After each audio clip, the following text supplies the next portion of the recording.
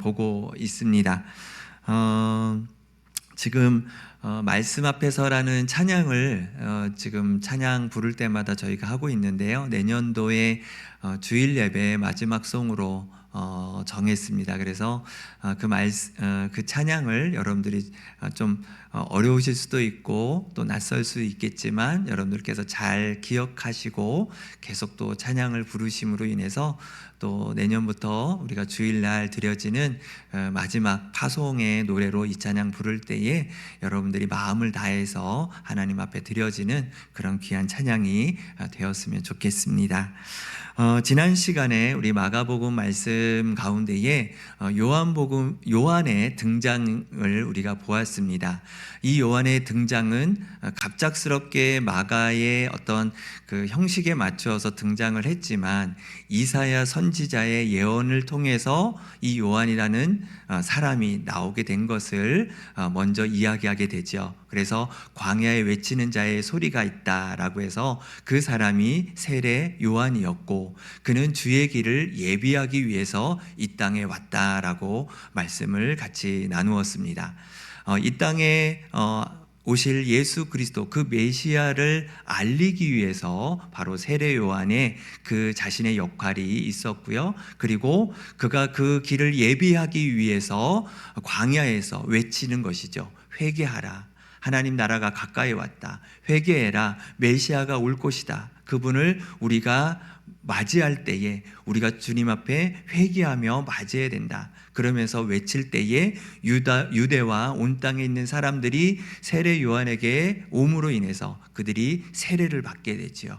물세례를 받게 됩니다. 그 물세례를 받으면서 그들이 하나님 앞에 자신의 죄들을 깨닫게 되고 그 죄로 인해서 그들이 또 주 예수 그리스도를 모시는 맞이하는 그러한 모습을 우리가 함께 보았습니다.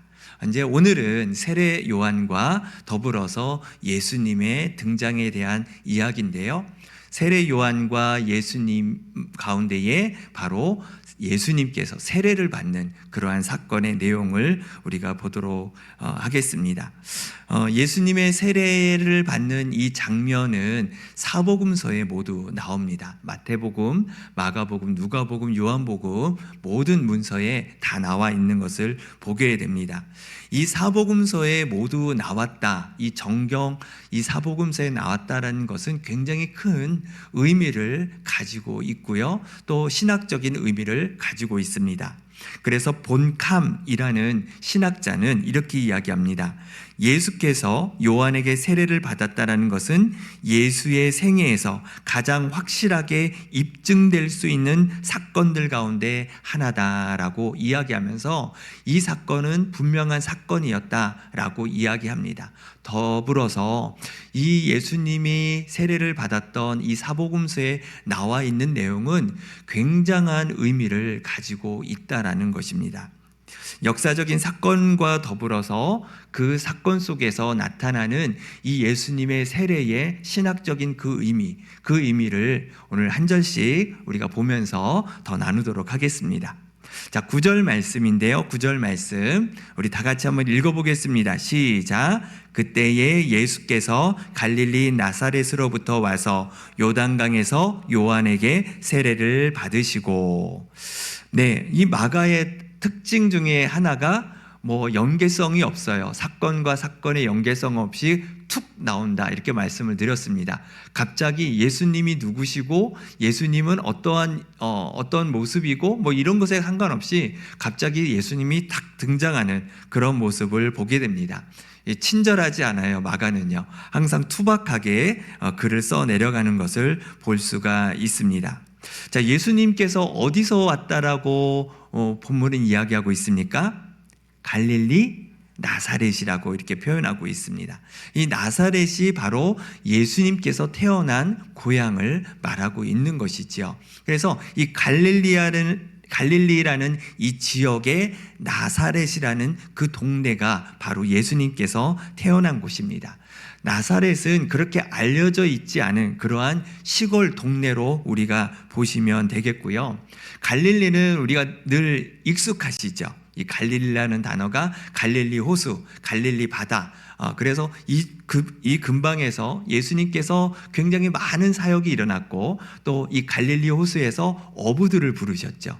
예수님의 제자 4명을 부르셨어요. 베드로와 안드레, 야고보, 요한. 이 4명을 이 갈릴리 바다에서 부른 사건을 우리가 알 수 있습니다. 이 갈릴리는 큰 행정구역 중에 하나였어요. 그러니까 당시 이 팔레스타인 지역이라는 이 땅이 로마의 점령지였잖아요. 그래서 로마의 행정구역으로 총 4개가 나누어져 있었습니다. 바로 유대, 사마리아, 그리고 베레아, 갈릴리, 이렇게 4군데의 행정구역이 나누어져 있는데요. 지도를 하나 좀 보여주시겠습니까?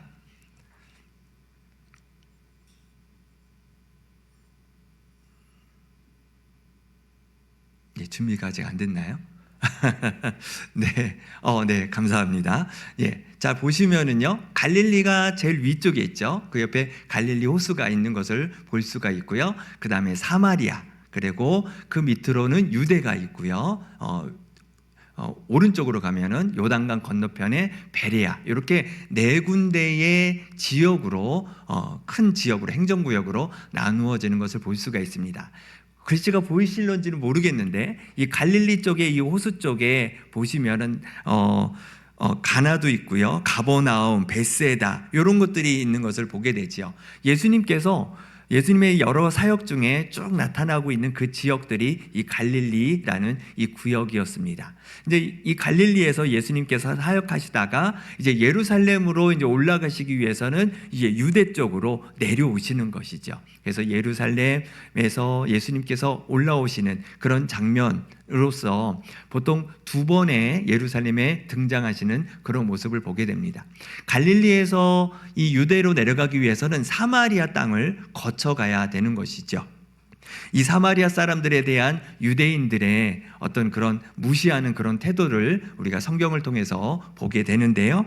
이 사마리아에 보시면은 이 나사렛 밑으로 나인이 있죠. 이 나인성 과부의 딸을 고치는, 아들을 고치는 그러한 모습이 거기 있는 거고요. 그리고 또 내려오시면 수가성 여인 아시겠죠? 그 야곱의 우물에서 물을 달라고 하셨을 때 수가성 여인이 누구한테 달라고 하느냐, 그때 예수님께서 너는 남편이 5이 있지 않냐 이러면서 예배에 대한 이야기를 나누었던 그 수가가 바로 여기에 있습니다. 예수님께서는 이 나사렛이라는 동네에서 태어났고, 지금 보시면은 여리고가 있죠. 여리고. 지금 저희가 지금 새벽에 여호수아 말씀을 보고 있는데 이 여리고 옆에가 요단강이죠. 그래서 그 옆에 이 베레아 쪽이 바로 모압 평지입니다. 고대 모압 평지인데 이제 이스라엘 백성들이 요단을 건너서 이제 여리고 앞에 서게 되는 지금 이제 여호수아 말씀이 그렇게 진행이 되는데, 바로 요 벳바다라는 요 지역이 바로 베단이라고 말씀을 드렸어요. 세례 요한이 베단이 이 요단강에서 세례를 베풀었다 말씀을 드렸던 것처럼 지난 시간에요. 그래서 이쪽까지 내려와서 바로 세례 요한에게 세례를 받는 그 사건이 바로 오늘의 내용으로 보시면 되겠습니다. 자, 예수님은 세례를 베푸셔야 되는 분이죠. 근데 오히려 요한에게 세례를 받게 되는 상황이 된 거예요. 요한은 이름이 요한인데 세례를 베풀었다고 해서 세례라는 단어를 앞에 붙여서 세례 요한이죠. 이거는 예수님의 제자 요한과 구분하기 위한 거였습니다. 그래서 세례 요한이고 예수님의 제자는 사도 요한으로 우리가 이렇게 구분할 수 있죠. 그래서 원래는 세례를 오히려 예수님이 베푸셔야 되는 건데 오히려 세례 요한을 통해서 지금 예수님께서 세례를 받는 장면이 나온다라는 것입니다. 우리가 지난 시간 8절에서 요한은 물로 세례를 주고 예수님은 성령으로 세례를 베푸신다, 이렇게 이야기가 되어 있죠. 8절 말씀에 의하면은 예수님의 이 성령 세례를 줌으로 인해서 하나님의 백성의 재창조, 복음의 시작, 재창조의 모습을 통해 예수님은 전능자의 모습으로 표현되어져 있는데, 9절 말씀에 와서는 오히려 하나님의 백성을 대신해서 회개의 표시를 받는, 세례가 회개의 표식인 거죠. 그러한 표식을 통해서 오히려 겸손하고 참회하는 모습으로 예수님께서 비춰지신다라는 것입니다. 이것은요, 예수님의 십자가의 사건과 연결되어 있는 거예요. 예수님께서 세례를 받는다는 의미는, 예수님은 죄가 없으신 분이잖아요. 근데 지금 물 세례를 받는 사람들은 자신의 죄를 인정하고 회개를 받는 것이죠. 이 부분에 있어서 예수님께서는 죄는 없지만 이 이스라엘 백성들의 죄를 짊어지시고 본인이 물 세례를 지금 받는다, 대속의 의미를 이야기하고 있다는 것입니다.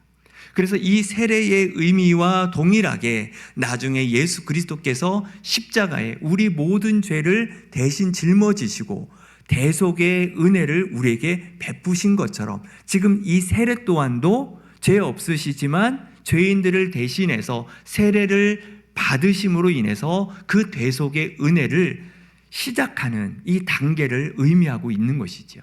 그래서 이 세례부터 예수 그리스도의 사역이 십자가에까지 가는 그 모든 여정이 바로 하나님의 짊어지는 그 어린 양의 모습으로 나아가고 있는 그러한 모습을 이 세례를 통해서도 미리 우리가 알 수 있는 그러한 모습을 보여주시는 그러한 부분이라는 것입니다. 이 부분에 대해서 마태는요, 조금 더 부가적인 설명을 하게 됩니다. 다른 의미가 없어요. 근데 마태는 이 부분에서 구체적으로 이야기를 하는데요. 마태복음 3장 14절로 15절 말씀 한번 띄워주시겠습니까?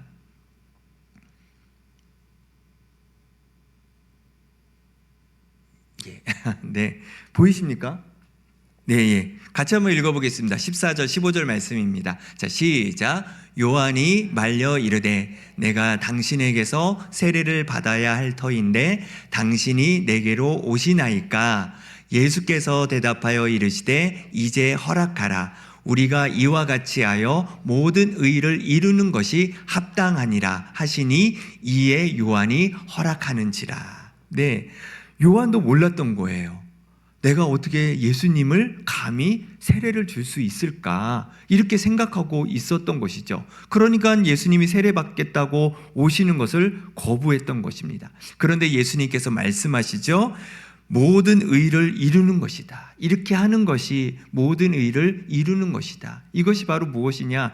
예수님께서 이 땅에 우리의 모든 죄를 위해 대속하신 것처럼 세례 그 자체부터 대속의 의미를 가지고 가서 끝까지 십자가의 그 구원의 사역을 완성하는 그때까지 계속 이 시작부터 끝까지 예수 그리스도가 하나님 앞에 순종하는 것이고 이것이 하나님의 의를 이루는 것이다 라는 것을 말씀하고 있는 것이죠.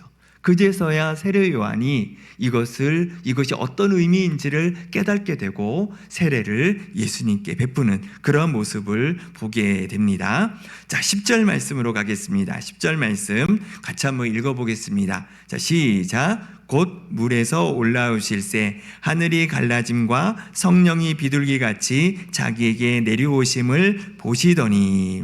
자, 곧이라는 말, 저번에도 한번 말씀드렸어요. 곧, 즉시, 이거 마가가 자주 사용하는 그런 용어입니다. 이게 이제 번역이 되어서 그렇지 실제적으로 이 곧이라는 헬라어 원서에 의하면 이 곧이라는 단어가 무려 40회나 사용되어지는 것을 볼 수가 있지요. 그만큼 이 마가가 굉장히 성격이 급한 것을 볼 수가 있습니다. 자, 곧 바로 세례를 받으시고 물에서 이제 올라오시게 됩니다. 예수님께서 올라오시는데 우리가 생각하는 세례의 방식이 아니라 침례죠. 아예 물에 끝까지 잠겼다가 올라오시게 됩니다. 올라올 때에 하늘이 갈라지고 성령이 비둘기같이 임했다라고 말씀하고 있습니다. 하늘이 갈라짐, 하늘이 갈라졌다라는 의미는 다른 복음서 마태복음이나 누가복음에서는 하늘이 열렸다라는 그런 표현을 쓰고 있습니다. 그런데 하늘이 갈라졌다라는 이 용어는 유대 사람들이 하나님의 어떤 신적인 계시가 임할 때에 사용되어졌던 단어라는 것이죠. 그래서 구약에는 이런 단어들이 종종 사용하게 됩니다. 이사야 말씀에서도 그렇고 에스겔서 말씀에서 통해서도 하늘이 갈라졌다. 이것은 하나님의 계시가 이 땅에 임하게 된다라는 그런 의미로 사용되어짐을 보게 됩니다. 하늘이 갈라졌다. 여러분, 하늘이 갈라지면 어떤 모습일까요? 하늘이 갈라질 수 있을까? 하늘이 갈라졌다, 열려졌다라는 얘기는 무엇인가가 하늘에서 내려오겠다라는 그런 의미겠지요. 그래서 비둘기가 아니라 성령이 비둘기같이 내려오는 그런 사건이 나타나는 것을 보게 됩니다. 그래서 한번 생각해 봤어요. 어떻게 하면은 하늘이 열리는 것일까? 갈라지는 것일까? 그래서 한번 이미지를 한번 준비해 봤는데요.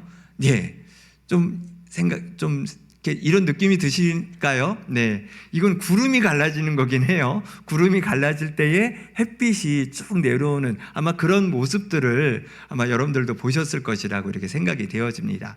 근데 이거는 구름이 갈라지는 거지 하늘이 갈라지는 것은 아니겠지요. 그런데 하늘이 진짜 어떻게 갈라지는지는 모르겠지만 우리가 생각할 때에 무엇인가 굉장히 장엄하고 무엇인가 굉장히 신비로운 어떠한 그런 모습으로 이 하늘이 갈라지고 성령이 비둘기같이 내려오는 그런 모습을 우리가 상상할 수 있을 것 같습니다. 여기에서 성령을 비둘기로 표현하고 있는데 성령은 비둘기 모양이 아닙니다. 성령은 비둘기의 어떤 상징적인 모습이 아니에요. 우리 주변에 보면은 비둘기 많이 다니잖아요. 그렇죠?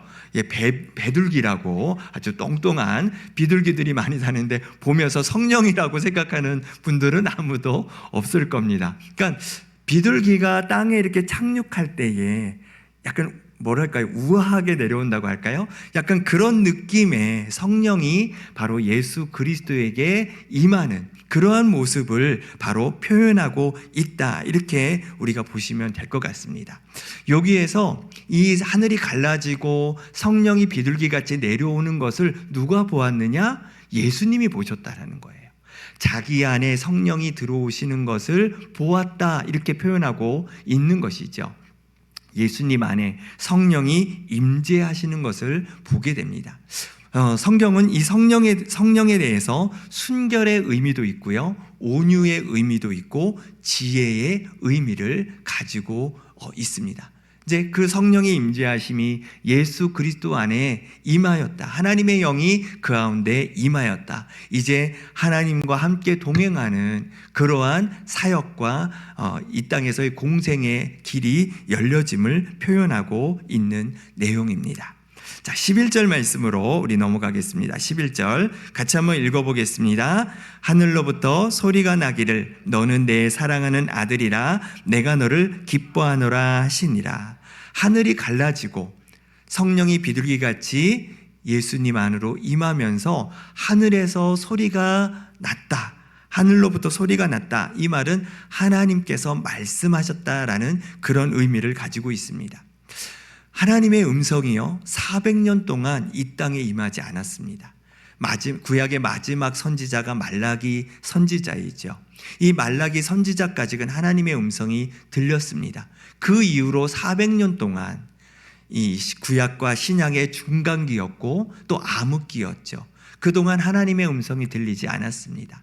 하지만 예수 그리스도가 이 땅에 오심으로 인해서 이제 하나님의 음성이 들리기 시작했다라는 것이죠. 이것은 이제 다시 하나님께서 이스라엘 백성들을 다시 회복하시겠다라는 의미를 가지고 있습니다. 더 나아가서 이 땅에 예수 그리스도를 영접한 모든 사람들에게 하나님의 구원의 문이 활짝 열려져서 다시 이 땅을 회복하시고 하나님의 나라가 이 땅 가운데 임하는 그러한 놀라운 역사가 일어나겠다라는 그런 의미를 가지고 있는 것입니다.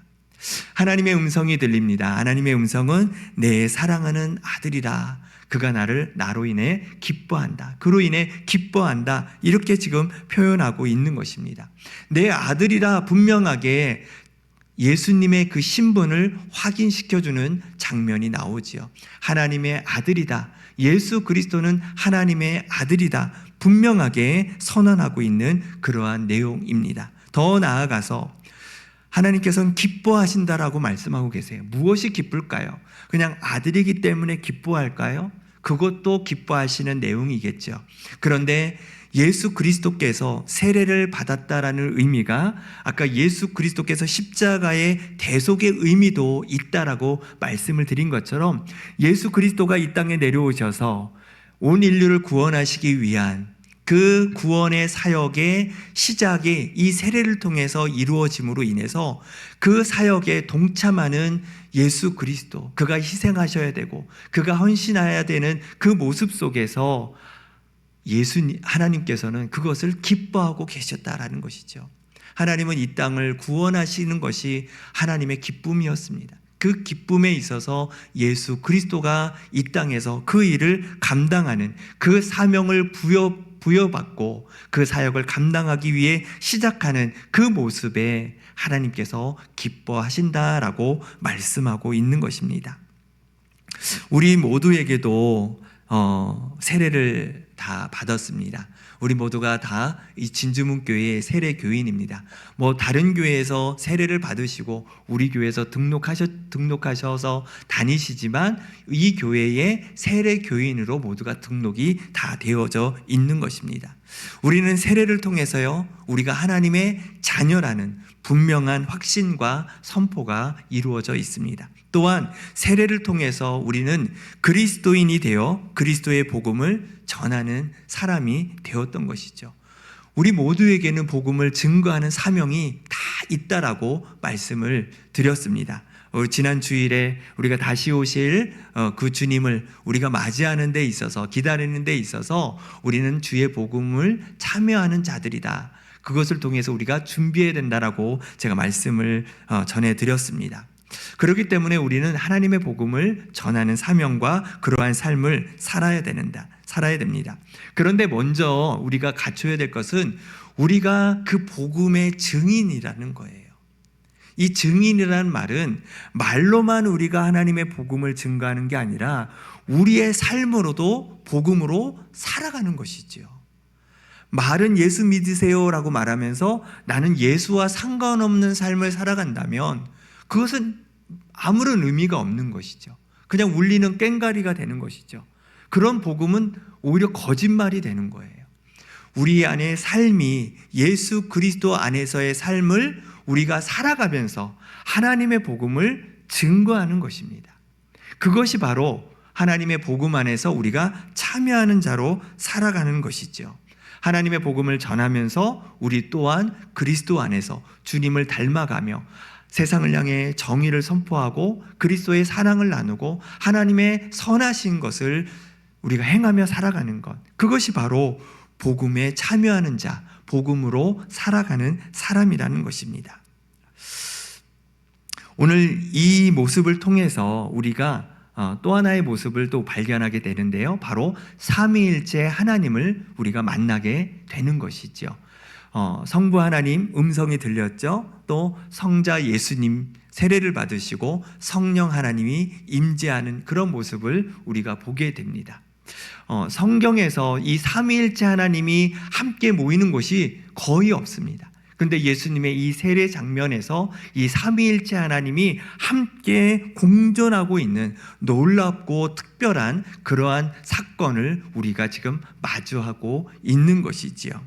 삼위일체에 대한 여러 가지 우리의 어렵고 이해할 수 없는 부분이 있습니다. 삼위일체로는 사실 우리가 이해할 수 있는 방법 안에서의 이 설명이지 삼위일체가 완벽하게 하나님을 표현할 수 있는 것은 아닙니다. 하지만 우리 인간으로서 이해할 수 있는 가장 최고의 모습이 삼위일체죠.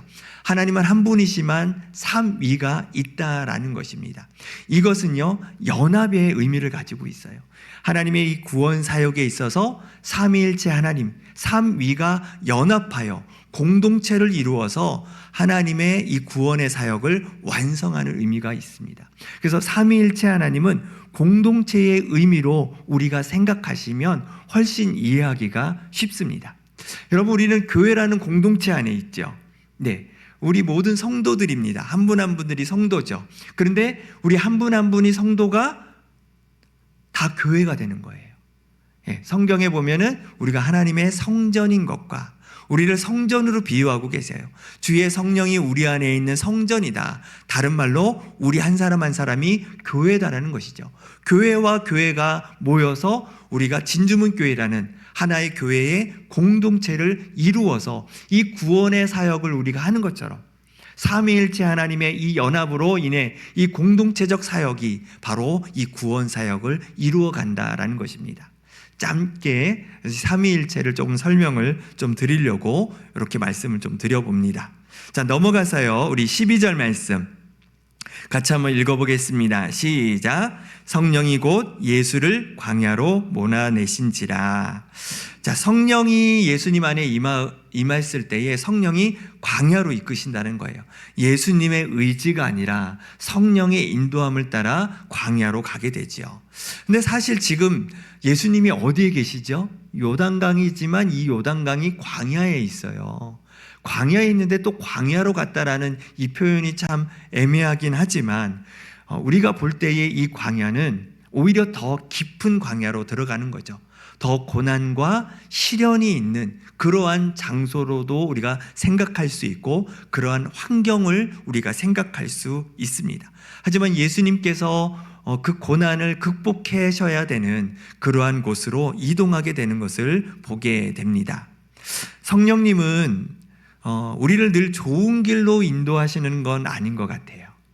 지금 예수님을 광야로 이끄시는 거 보면 늘 좋은 길로 인도하시는 것이 아니라 어쩌면 우리의 믿음의 상태에 따라서 광야를 건너가게 하시는 때도 있다라는 것을 아마 우리 현장에서, 삶의 현장에서 우리가 더 많이 느껴지는 것 같습니다.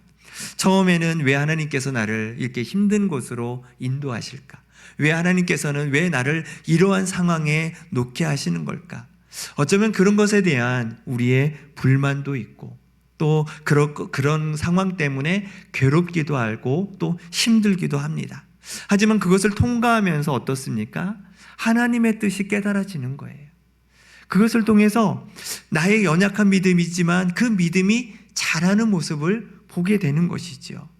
하나님께서는요, 어쩌면 우리가 좋은 길로 가기를 원하시긴 하지만 어떤 때는 우리가 시련과 고난의 길을 통해서 우리의 믿음이 자라기를 원하시고 하나님의 뜻을 알기를 원하시는 하나님의 방법이 있다는 사실도 우리가 인정해야 됩니다.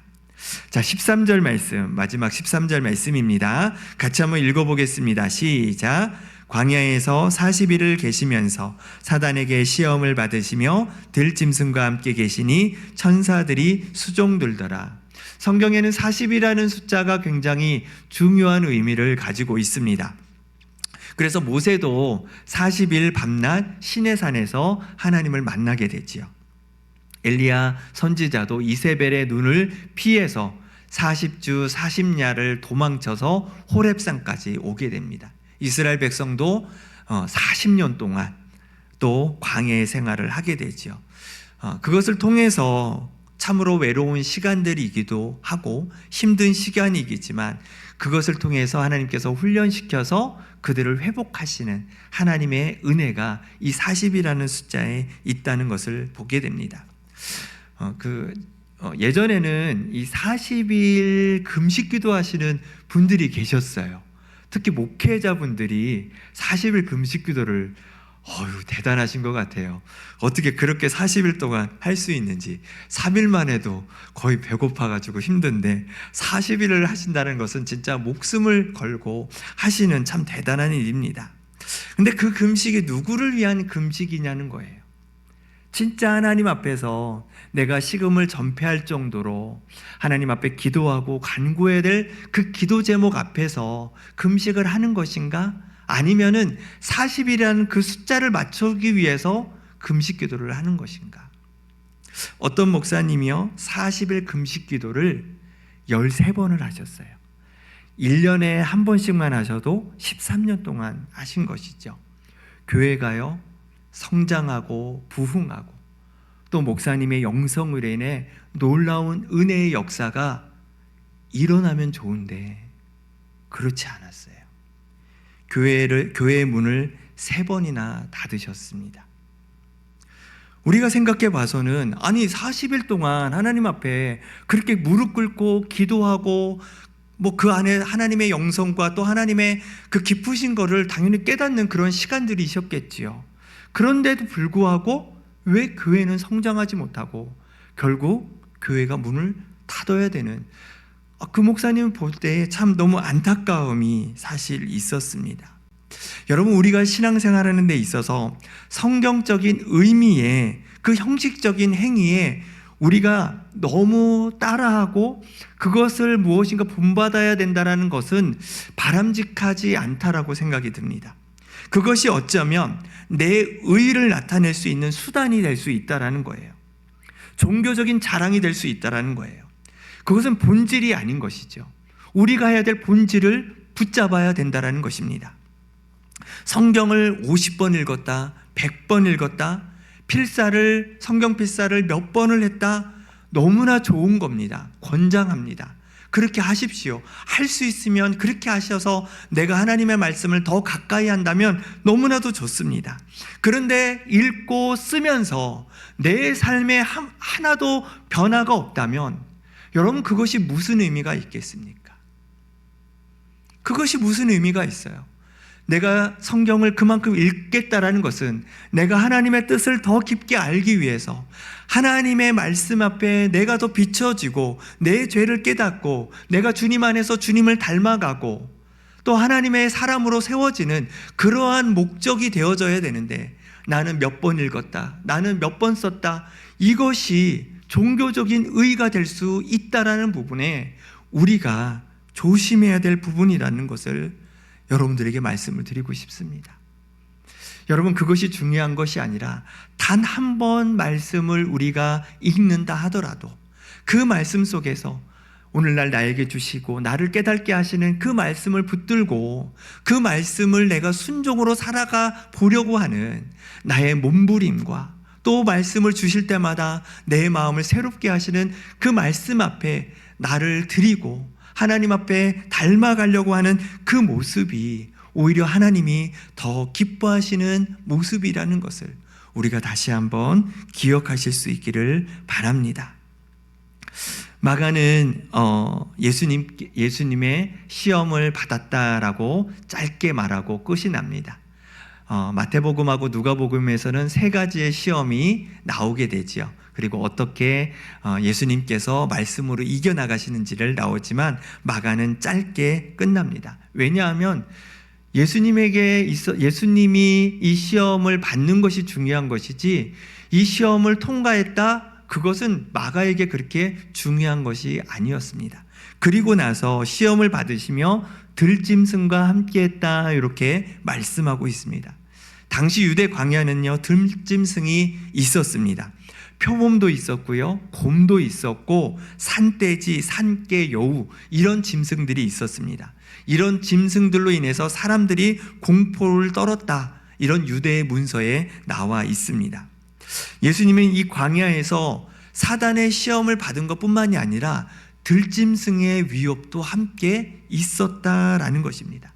그러니까 그 시간이 굉장히 고된 거예요. 영적인 시험도 있었지만 외부적으로 오는 시험도 함께 있었다라는 것이죠. 그리고 그 가운데에 천사의 수종도 있었더라, 이렇게 말씀으로 이 구절이 마치게 되지요. 천사의 수종이 있었다라는 것은 모든 시험이 마치고 나서 천사가 수종했다라는 의미가 아니라 시험을 보는 중에 또 이 들짐승의 위협이 있을 때에 천사들이 수종했다라고 이야기하고 있는 것입니다. 이것은 하나님의 임재하심으로 인해 예수 그리스도의 이 고난 가운데에 그를 격려하시고 또 그를 위로하시는 하나님의 임재가 있었다라는 것을 말씀해 주고 있는 것이죠. 여러분, 우리가 살아가는 세상이 광야와 같은 세상입니다. 마귀의 영적인 시험도 있고요, 들짐승과 같은 우리를 괴롭히고 힘들게 하는 상황들이 여전히 우리 가운데 있습니다. 광야에서 예수님은 하나님의 아들이라고 해서 그를 면제시켜 주신 것이 아닙니다. 특혜를 주신 것이 아니에요. 동일하게 똑같은 시험과 시련과 고난을 동일하게 받게 하셨다라는 겁니다. 마찬가지로 이 세상에 살아가는 하나님의 자녀인 우리에게도 특혜를 주시는 것이 아니라 피할 곳을 우리에게 항상 열어두시는 것이 아니라 그 모든 고난을 우리에게 겪게 하신다라는 것입니다. 그것을 통해서 우리를 연단하시고 우리를 훈련시키셔서 우리가 그 상황 속에서 버티고 견디게 하여 우리의 믿음이 견고하게 하시기 위한 하나님의 방법이 있다라는 것이죠. 어떤 때는 괴로울 때 있습니다. 힘들 때 있습니다. 답답하고 이것을 어떻게 이겨나가야 될지 정말 손을 다 놓고 싶은 그러한 심정 속에서 천사를 수종하게 들게 하신 것처럼 하나님께서 우리의 삶에 다가오셔서 임재하셔서 우리를 위로하시고 또 우리에게 힘을 주심으로 인해 우리의 힘든 이 삶의 여정을 버티고 견디게 나갈 수 있도록 하나님께서 우리를 붙들어 주신다라는 것입니다. 우리에게 주시는 시험은 감당할 수 있는 시험을 주신다라고 성경은 우리에게 말씀하고 계시죠. 감당할 수 있다라는 것은 우리의 힘으로 안 될 때에 다시 주님께서 오셔서 우리에게 힘을 주시고 또 우리와 동행하심으로 이 삶을 이겨나갈 수 있도록 믿음으로 끝까지 인내할 수 있도록 하나님께서 도와주신다라는 것입니다. 광야의 길을 우리는 걷고 있습니다. 들짐승이 우글거리는 우리의 환경에서 살아가고 있습니다. 하지만 이 상황 속에서 하나님은 우리와 함께 계심을 여러분들 믿으시기를 바랍니다. 주님과 동행함으로 버티고 견디어서 우리의 신앙의 삶을 온전히 주님 앞에 드림으로 끝까지 우리가 믿음으로 승리하는 우리의 삶이 되시기를 주님의 이름으로 축복합니다.